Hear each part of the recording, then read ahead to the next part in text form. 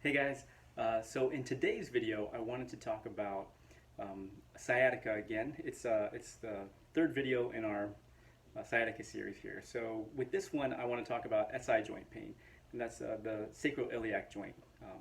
So with SI joint pain, what can happen is, let's talk about what it is first. So I'm going to pull out the beat up skeleton again here.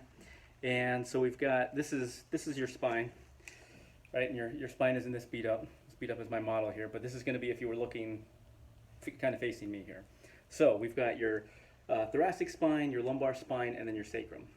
Your sacrum is in between these two big pelvic bones here, right?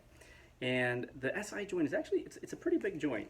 You know, if we compare it to these smaller facet joints, I don't know if you guys can see that. This one, that's a facet joint. That's not very big.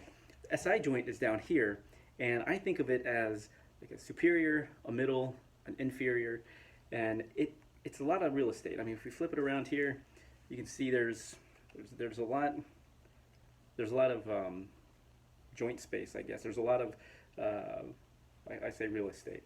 And now the SI joint usually doesn't move very much. We'll see that it moves a lot, like in women that are pregnant. When they get the relaxin hormone going, so then you'll see a lot of movement in the SI joint, but normally it's not thought to move much. So even though it doesn't move much most of the time, you can have two big problems with it. You can have one that's a little tight or one that moves too much, so a hypo or a hyperimmobile joint. And what happens then is when it gets too tight, it can start to cause pain, or when it gets too loose, it can start to cause pain.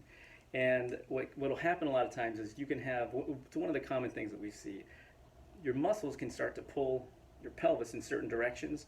It might be tipped forward, it might be tipped and rotated a certain direction, and when that happens, then we get more stress put on that SI joint.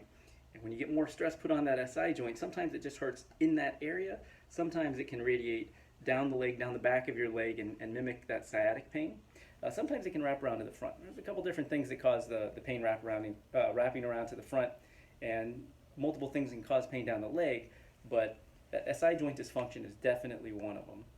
The SI joint is so important because I think of the pelvis, these SI joints included in that, as the foundation for everything else. So if we can get the pelvis in a good way, a lot of times things in the lumbar spine, people with back pain, that will start to clean up and things start to get less stress put on them and start to cause less pain.